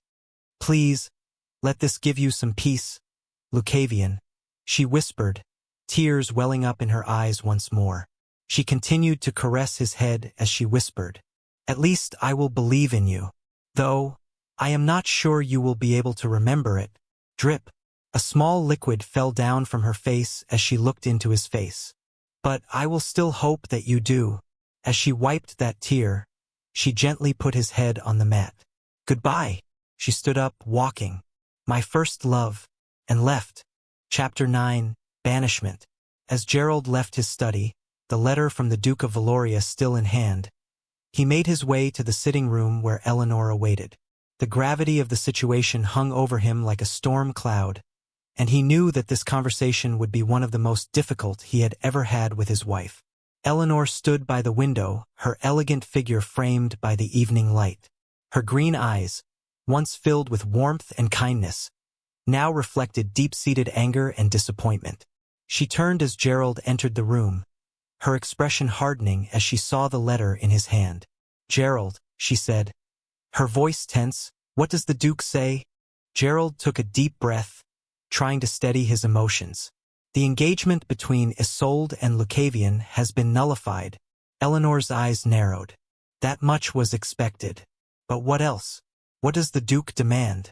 Gerald's jaw tightened, and he handed her the letter. "The Duke desires a punishment befitting the crime.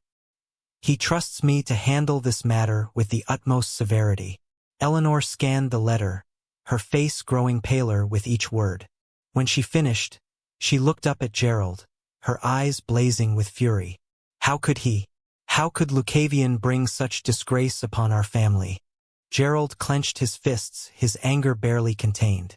"What he did is one of the biggest sins a man can ever commit. He has not only shamed us but also betrayed the trust of the Valoria family. This is a stain on our honor that cannot be easily washed away, and to Isolde on top of that. Such a fragile and innocent young girl. She was like a flower. Remember?" Eleanor spoke, her eyes looking silent.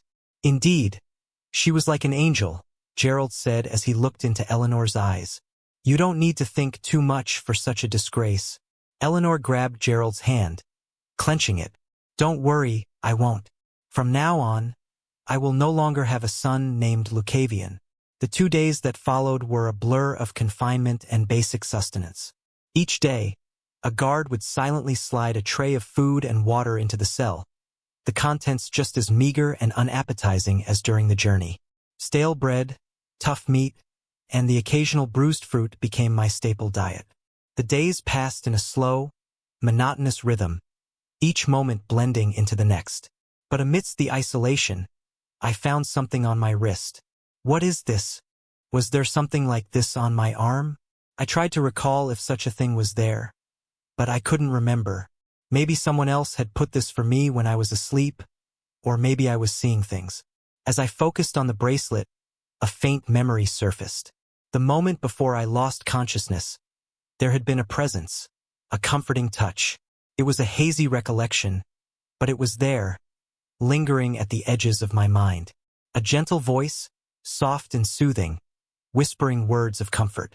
The sensation of someone cradling my head, offering solace in my darkest moment.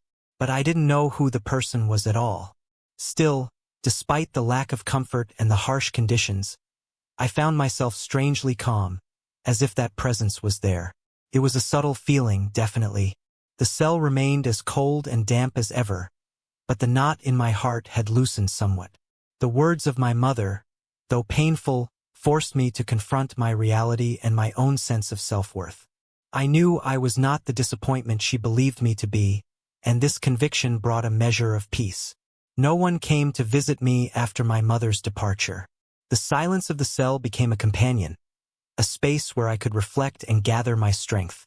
The nightmares that had plagued my sleep during the journey receded, replaced by a more restful slumber.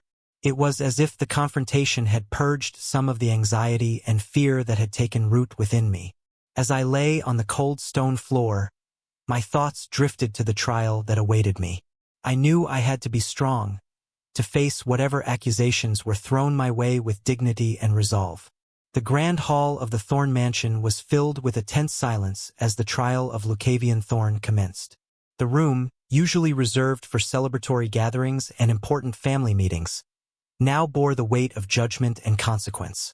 Nobles from surrounding estates, family members, and servants gathered, their faces reflecting a mixture of curiosity, concern, and condemnation. At the front of the hall stood Viscount Gerald Thorne, his stern visage commanding attention.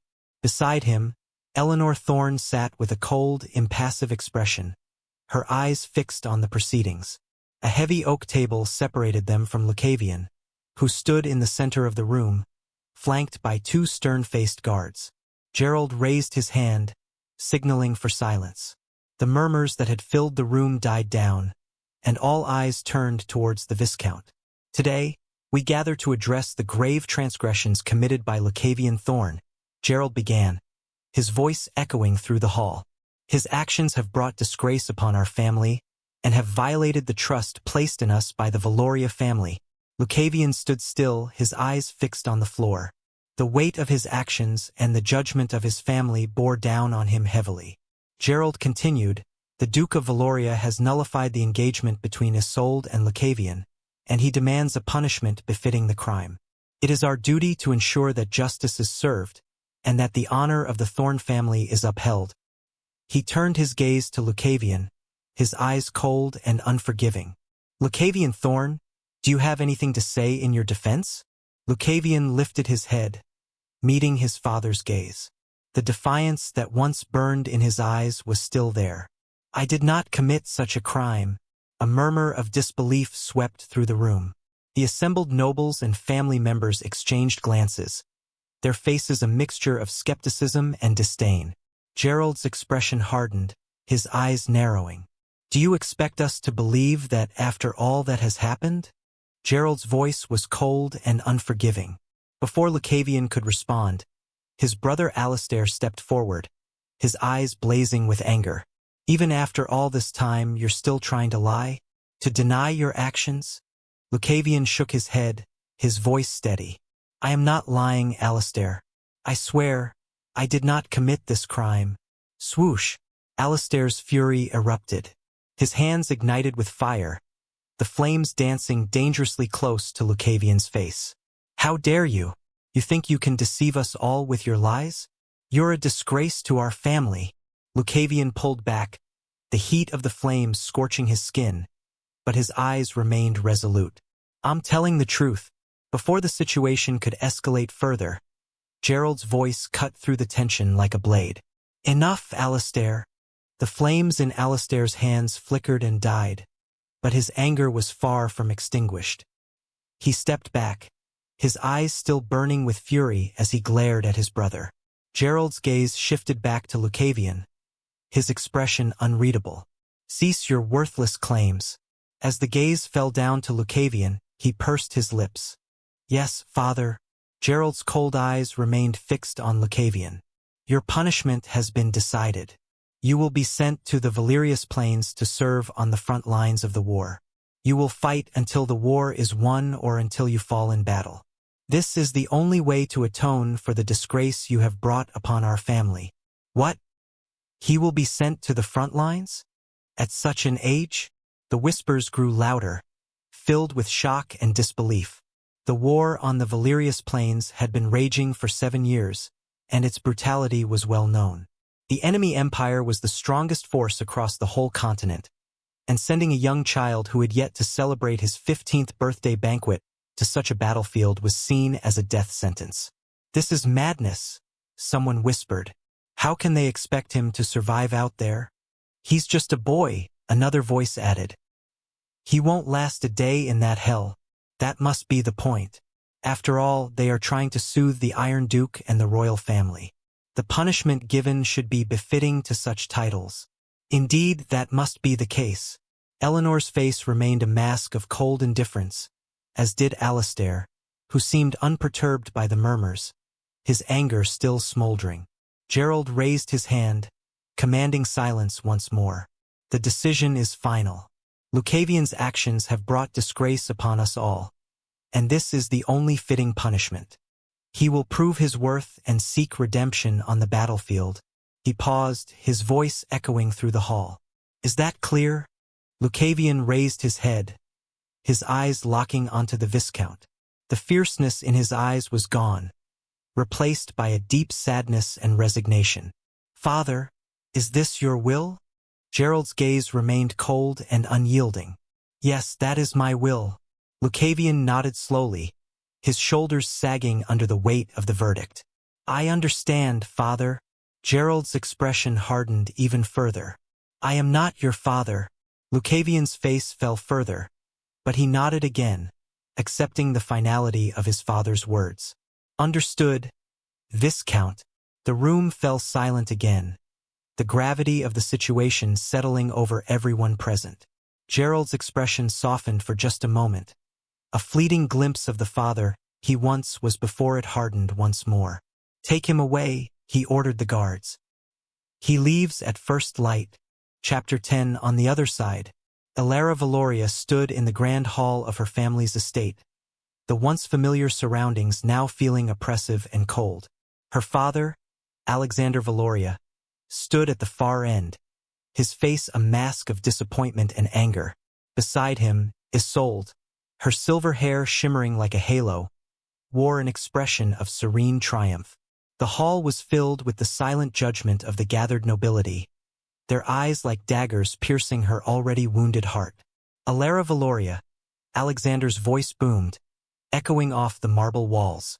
You have brought disgrace upon our family.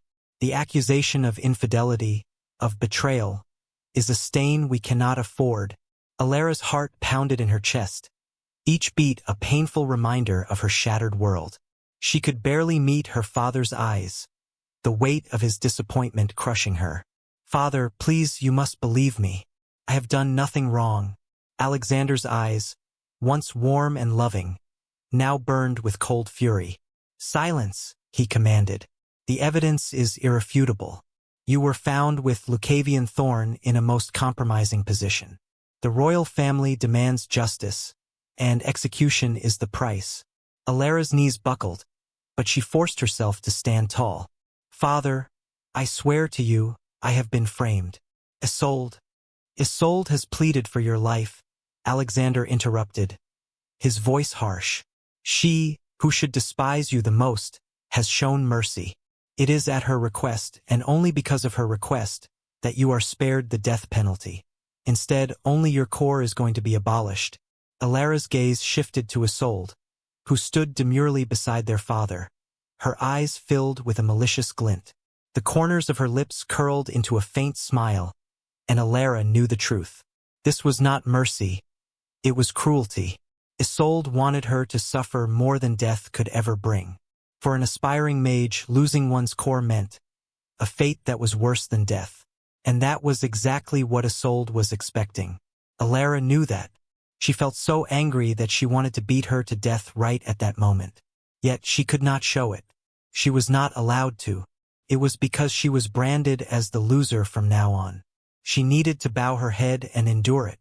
That was the only thing that she could do. Yes, at this point she had understood one thing. Nothing that she had said would get past those who would rather believe what they had seen. Thank you, Isolde, Elara managed to say, her voice trembling with suppressed rage. I see your kindness knows no bounds. Isolde's smile widened slightly, her eyes narrowing. Oh, dear sister, it's the least I could do. After all, family must stick together in times of hardship. Alexander raised his hand, silencing any further conversation. You are to be exiled from this family, Elara. You will leave this estate and never return. From this moment on, you are no longer a Valoria. The finality of his words struck her like a physical blow. Tears welled in her eyes, but she refused to let them fall. "Father, please, enough!" Alexander roared. "Guards, escort her out." As the guards moved to her side, Elara turned one last time to her father, her voice a desperate whisper. "Father, I love you. Please don't do this."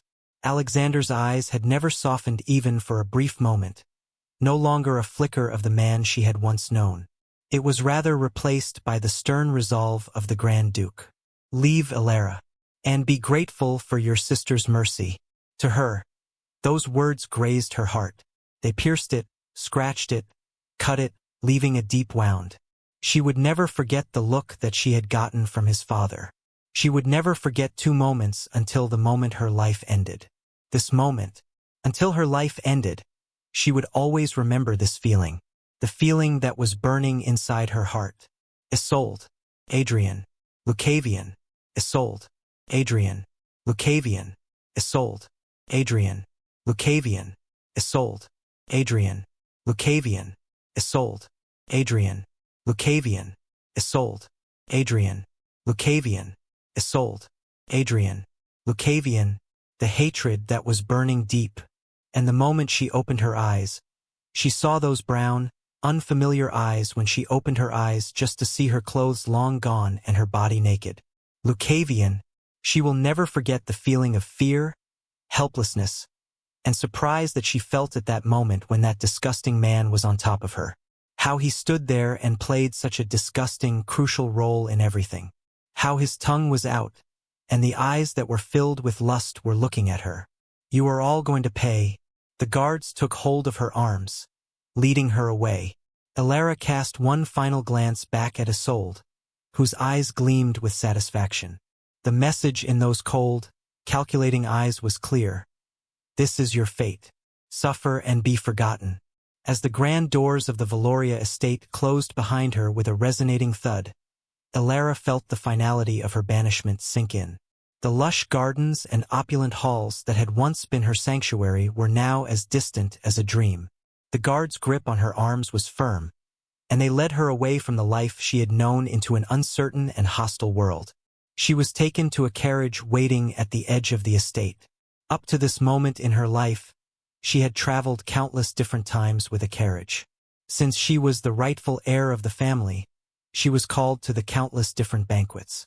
And each time when that happened, she would always travel with a special one, the carriage adorned with the insignia of the House Valoria, the pride of the empire. Yet that crest was no longer there, nor was the comfortable carriage that she had ridden before. Now it was just a plain carriage, a cruel reminder of the family that had cast her out. The guards unceremoniously pushed her inside, and the door shut with a metallic clang. Through the small window, she caught a last glimpse of her home, now lost to her forever. The carriage began to move, the wheels creaking against the cobblestones. Elara sat in silence, her mind replaying the events that had led to this moment. The betrayal, the accusations, and the merciless judgment of her father weighed heavily on her heart.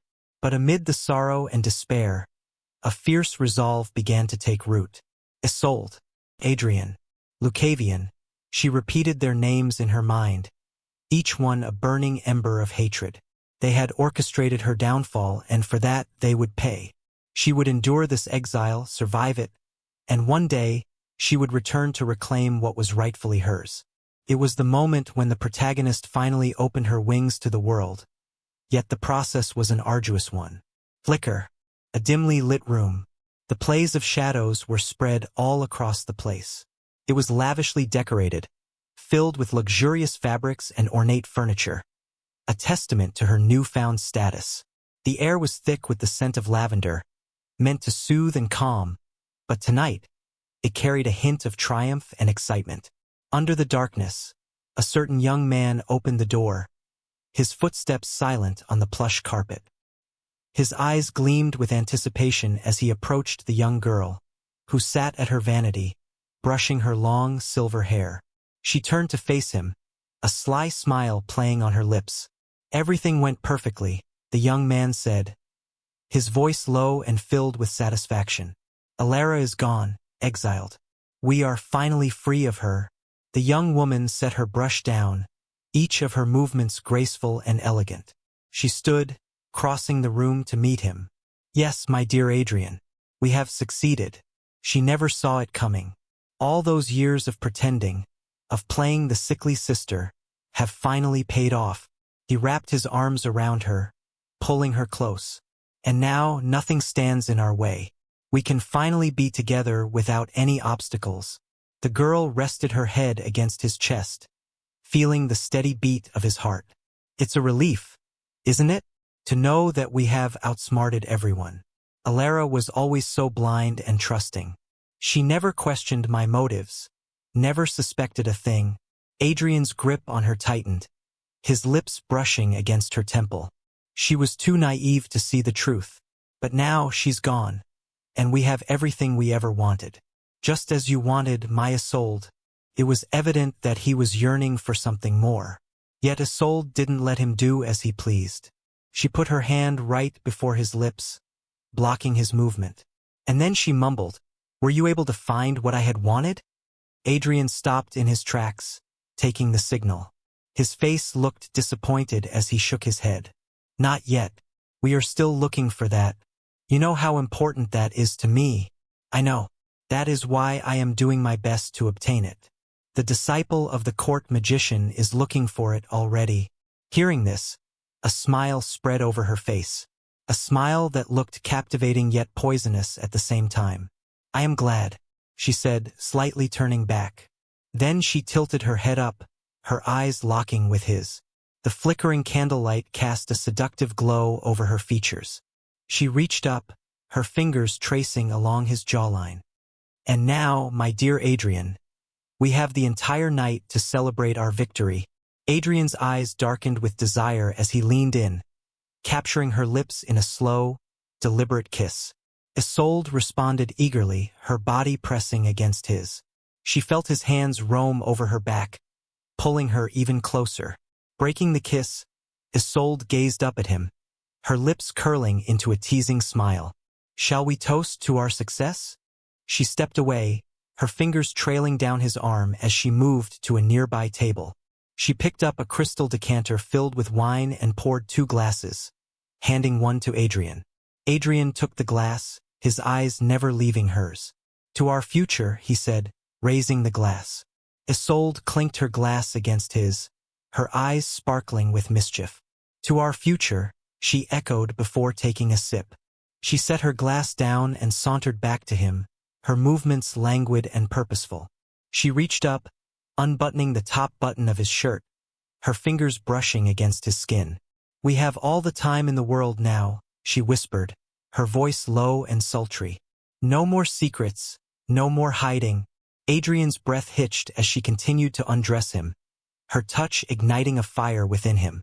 He grasped her waist, pulling her flush against him. You're right, he murmured against her lips. We're free. Isolde's hands slid up to his shoulders, pushing his shirt off. Free to do whatever we want, she purred, her lips brushing against his neck. She nipped at his skin, eliciting a low groan from him. Adrian's hands roamed over her body, his touch growing more insistent. You drive me crazy, he admitted, his voice rough with desire. Isolde chuckled softly, her fingers tangling in his hair. Good, she whispered, because I intend to drive you wild tonight. Their lips met again in a heated kiss, their bodies pressing closer. Isolde's hands worked quickly, undressing him with practiced ease. Adrian's hands were equally busy, exploring every inch of her body. As the night wore on, they reveled in their newfound freedom, their passion and desire to consume them. The room, once filled with shadows and uncertainty, now echoed with their shared triumph and the promise of a future built on their cunning and ambition. Hello everyone. We now have a Discord server. Join us for faster updates, discussions about your favorite novels, and exclusive Discord-only content. Don't miss out. See you there. Scan the QR code on the screen or enter any of the displayed links into your browser to join our Discord.